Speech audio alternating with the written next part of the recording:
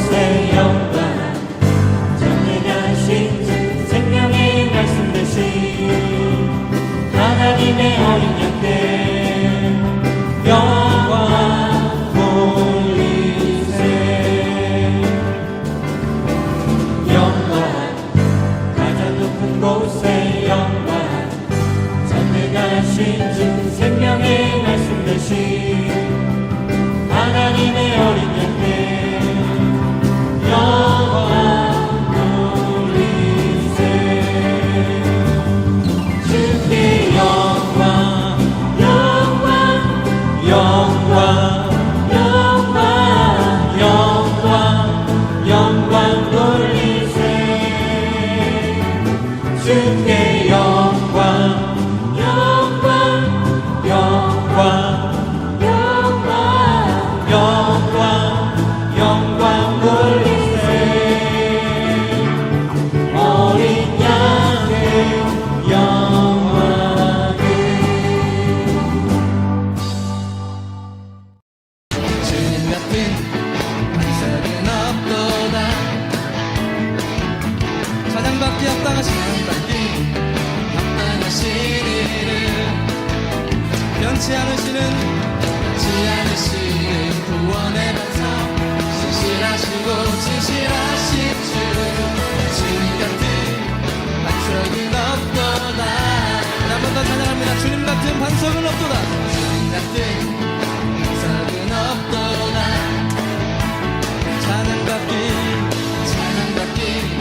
합당하신 이를 변치 않으시는 구원의 반석 진실하시고 진실하신 주님 같은 반석은 없도다. 고백합니다. 만세 반석.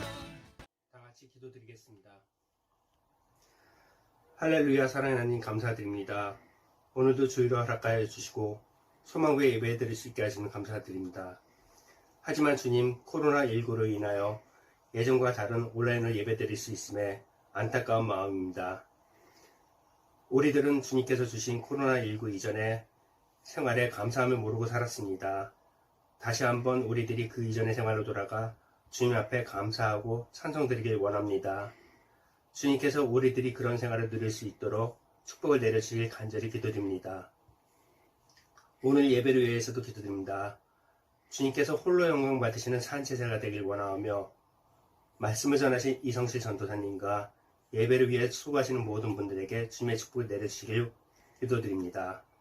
이 모든 말씀 예수님의 이름으로 기도합니다. 아멘. 하나님의 말씀은 창세기 제50장 20절, 21절 말씀입니다. 당신들은 나를 해하려 하였으나 하나님은 그것을 선으로 바꾸사 오늘과 같이 많은 백성의 생명을 구원하게 하시려 하셨나니 당신들은 두려워하지 마소서. 내가 당신들과 당신들의 자녀를 기르리이다 하고 그들을 간곡한 말로 위로하였더라. 샬롬 소망구 친구들 반갑습니다. 한 주간 코로나와 태풍 때문에 많이 힘든 시간을 보냈습니다. 사회적 거리두기가 한 주 더 연장되면서 다음 주까지 조금 불편하더라도 평소보다 좀 더 안전을 생각해서 집 안에 머무르는 것을 권면드려요. 지치고 힘든 우리의 몸과 마음이 오늘 예배를 통해서 새롭게 되는 시간 되기를 기도하며 함께 말씀 듣도록 하겠습니다. 이번 주도 퀴즈를 통해서 지난주 설교 말씀을 복습해보는 시간을 갖도록 하겠습니다. 전도사님이 문제를 낼 테니까 함께 맞춰보세요. 첫 번째 문제입니다. 요셉은 자녀들 중에 몇 번째 아들이었나요? 네, 바로 11번째 아들이었죠. 두 번째 문제, 요셉은 아버지의 심부름으로 무슨 땅에 가게 되었습니까? 네, 세겜에 가게 되었습니다. 세 번째 문제, 요셉은 형들에 의해 노예의 신분으로 어디로 팔려가게 되었나요? 바로 애굽의 보디발의 집이었습니다. 네 번째 문제, 어려운 상황에서도 요셉은 하나님이 함께 하심으로 어떻게 보냈다고 성경은 말하고 있나요?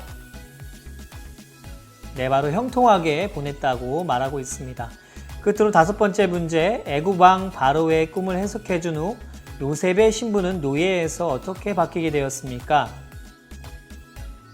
네, 애굽의 총리가 되었죠. 오늘은 시리즈 설교 13번째 이야기 요셉의 꿈이 이루어졌어요 라는 설교 제목을 가지고 창세기 42장에서 46장 그리고 50장 15절에서 21절까지의 내용을 살펴보도록 하겠습니다. 야곱과 그의 가족은 가나안에서 살고 있었습니다. 하지만 12명의 아들 중에 한 명의 아들은 그곳에 없었어요. 바로 야곱이 가장 사랑하는 아들 요셉인 것이죠. 요셉은 그 시간 애굽에 있었습니다. 야곱이 모르는 사이에 요셉은 애굽의 국무총리가 되어 있었어요. 아니 엄밀히 말해서 야곱은 사랑하는 아들 요셉이 짐승들에 의해서 죽임을 당했다고 생각하고 오랜 시간 살아왔습니다. 지난주 설교를 통해 전사님이 7년의 풍년과 7년의 흉년에 관한 이야기를 드렸어요. 7년 동안 풍년이 있을 때 요셉은 지혜롭게 곡식을 창고에 쌓아두게 되었고 7년의 흉년이 시작되었을 때 곡식을 풀어 애굽 사람들뿐만이 아닌 주변 국가의 사람들이 각국에서 애굽의 곡식을 사러 오게 되었습니다. 아버지 야곱이 살던 땅에도 동일하게 기근이 찾아왔어요. 성경은 흉년이 든 2년에 야곱이 아들들을 애굽으로 보내 곡식을 사오게 했다라고 이야기하고 있습니다. 그런데 야곱은 미처 알지 못했을 것입니다. 그 여행이 요셉과 가족을 다시 만나게 해주는 계기가 될 줄을 말이죠. 요셉은 애굽의 총리로 식량을 나눠주는 일을 맡고 있었습니다. 애굽 총리 요셉은 누구에게 곡식을 팔 것인가를 결정할 힘을 가지고 있었어요. 요셉을 찾아간 형들은 공손하게 요셉에게 절을 했습니다. 요셉은 절을 했던 그들이 누구인지 단번에 알아보았지만 형들은 그가 자신들이 노예로 팔아버린 동생 요셉이라는 것을 알아차리지 못했습니다. 요셉은 그러면서 과거 형제들이 자신에게 절을 하게 될 것이라는 내용의 꿈을 떠올렸어요. 꿈에서 보았던 일이 수년이 지나 현실에서 이루어진 것이에요. 성경에서 이들의 만남은 22년이 걸렸다라고 말하고 있어요. 17세에 애굽으로 팔려간 요셉은 30세에 국무총리가 되었고 애굽에서 7년의 시간이 지난 후 2년의 흉년 기간에 형제들을 만났으니 무려 22년 만에 요셉은 형제들과 함께 하게 된 것입니다. 요셉은 형들을 여러 방법으로 시험했습니다. 그리고 그들을 가나안에서 온 정탐꾼이라고 몰아세우고 억울함을 풀려거든 막내 동생 베냐민을 애굽으로 데려와야 한다라고 명령했어요. 가나안으로 돌아간 형제들은 아버지 야곱에게 이 사실을 이야기했고 야곱은 곡식을 더 사기 위해 아들들을 애굽으로 보내고 싶어 하지 않았습니다. 왜냐하면 베냐민까지 보낸다면 과거 요셉을 잃었을 때의 아픔과 고통이 더해질 것에 대한 염려가 있었기 때문이었어요.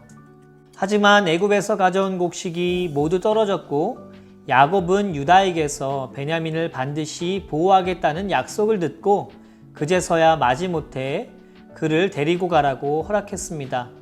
그러면서 요셉에게 전달할 충분한 선물을 실어 보냈습니다. 마침내 요셉은 다시 온 형제들을 만났고 우여곡절 끝에 드디어 자신의 정체를 형들에게 드러냈어요. 형들은 행방을 알지 못했던 요셉이 살아 애굽의 총리가 되었다는 것에 큰 충격을 받았습니다. 그리고 요셉이 혹시나 과거 자신들이 저지른 죄 때문에 이제는 그들에게 복수를 하지 않을까 두려운 마음이 가득했습니다. 사랑하는 소망부 친구들, 세상에 많은 사람들은 성공을 위해서 달려가고 있습니다. 성공하기 위해서 최선을 다하고 어떨 때는 다른 사람을 속이고 짓밟고 목표를 이루기 위해서 거짓말을 할 때도 있어요. 결국 그렇게 성공하게 되면 성공한 이후 권력과 힘을 가진 사람이 그동안 자신을 힘들게 했던 사람에게 복수하는 일들도 종종 일어납니다.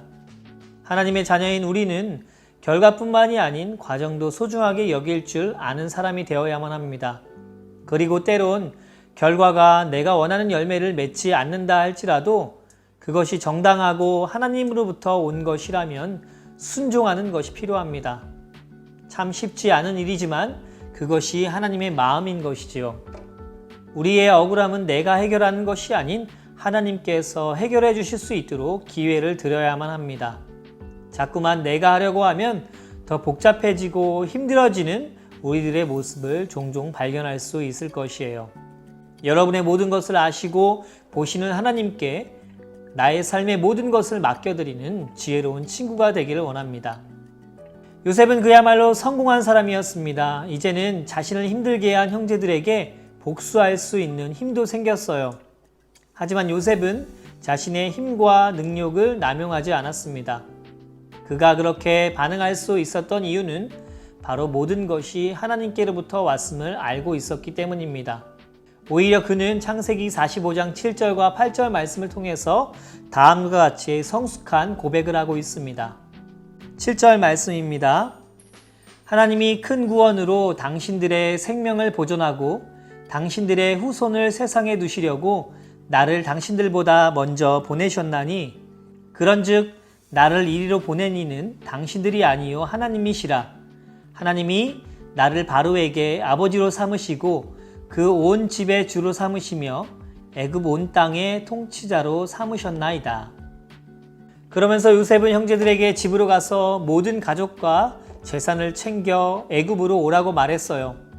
애굽에는 먹을 것이 풍족했고 아직 흉년의 시간이 5년이나 남았기 때문이에요. 형제들은 가나안으로 내려가서 이 사실을 아버지 야곱에게 이야기했고 야곱은 자신의 모든 소유들과 함께 애굽으로 올라오는 길 부엘세바라는 곳에서 하나님께 제사를 드렸습니다. 그곳에서 하나님께서는 야곱에게 나타나셨고 다음과 같이 말씀하셨어요. 창세기 46장 3절에서 4절 말씀입니다. 하나님이 이르시되 나는 하나님이라 내 아버지의 하나님이니 애굽으로 내려가기를 두려워하지 말라. 내가 거기서 너로 큰 민족을 이루게 하리라. 내가 너와 함께 애굽으로 내려가겠고 반드시 너를 인도하여 다시 올라올 것이며 요셉이 그의 손으로 내 눈을 감기리라 하셨더라. 야곱의 가족은 모두 애굽으로 내려갔습니다. 다시 만난 야곱과 요셉은 서로 끌어안고 소리 높여 울었어요. 그들의 가족은 70명이라고 말하고 있습니다. 그리고 고센이라는 곳에서 생활하게 되었습니다. 훗날 이곳은 이스라엘 백성이 출애굽하기에 너무나 좋은 지리적인 요건을 가지고 있었어요. 그리고 신앙적으로도 매우 중요한 곳이었는데 이 이야기는 나중에 기회가 될 때 한 번 더 다루기로 하겠습니다. 사랑하는 소망부 친구들, 하나님은 요셉의 인생에 대한 계획을 가지고 계셨습니다. 그리고 시간이 오래 걸리긴 했지만 약속하신 그 약속을 반드시 지키셨어요. 하나님은 한 나라를 구하기 위해 요셉이 고난을 겪도록 허락하셨습니다. 우리도 인생을 살아가면서 여러 가지 많은 고난과 아픔을 겪고 있습니다. 그런데 이 고난과 아픔을 하나님께서는 모두 보고 계시고 만지고 계시다는 사실을 늘 잊지 않았으면 좋겠습니다. 한 주간 살아가며 우리 가운데 어려움이 찾아올 때마다 하나님을 더욱더 바라볼 줄 아는 지혜로운 친구들이 되기를 원합니다. 형통의 삶을 이루어 갈 수 있는 것, 그것은 나의 힘이 아닌 하나님이 우리와 함께 하실 때 어려운 가운데서도 우리는 평안하며 형통할 수 있다는 사실을 늘 기억하는 한 주가 되기를 소망합니다. 함께 기도하겠습니다. 어렵고 힘든 상황 가운데서도 하나님께서 함께 하셨을 때 요셉의 삶을 형통하게 하신 것처럼 힘들고 지친 상황이지만 우리와도 함께 하시는 그 하나님을 바라보며 소망을 품습니다. 하나님의 약속, 그 약속을 이루기까지 끝까지 우리를 포기하시지 아니시고 붙잡아 주시는 하나님, 내 삶의 주인이 하나님이심을 고백하고 선포합니다. 어떠한 자리에 있든지 어떠한 상황이든지 하나님을 바라보게 하여 주시고 하나님을 의지하게 하여 주시고 우리를 통해서 새 일을 이루시기 원하시는 하나님을 기대하며 나아가는 귀한 소망부 친구들 한 사람 한 사람 모두가 되도록 은혜를 허락하여 주시옵소서. 힘들고 지칠 때에 좌절하지 않게 하여 주시고 더욱더 하나님을 붙잡고 의지하는 귀한 친구들 모두가 되도록 역사하여 주시며 코로나가 지나가고 속히 하나님의 전에 모여 함께 예배하는 그날이 빨리 올 수 있도록 은혜를 허락하여 주세요. 한 주간도 우리의 삶과 우리의 온 육체 또 우리의 온 영을 지켜주실 성령 하나님을 기대하며 이 모든 말씀 예수님의 이름으로 기도드렸습니다. 아멘.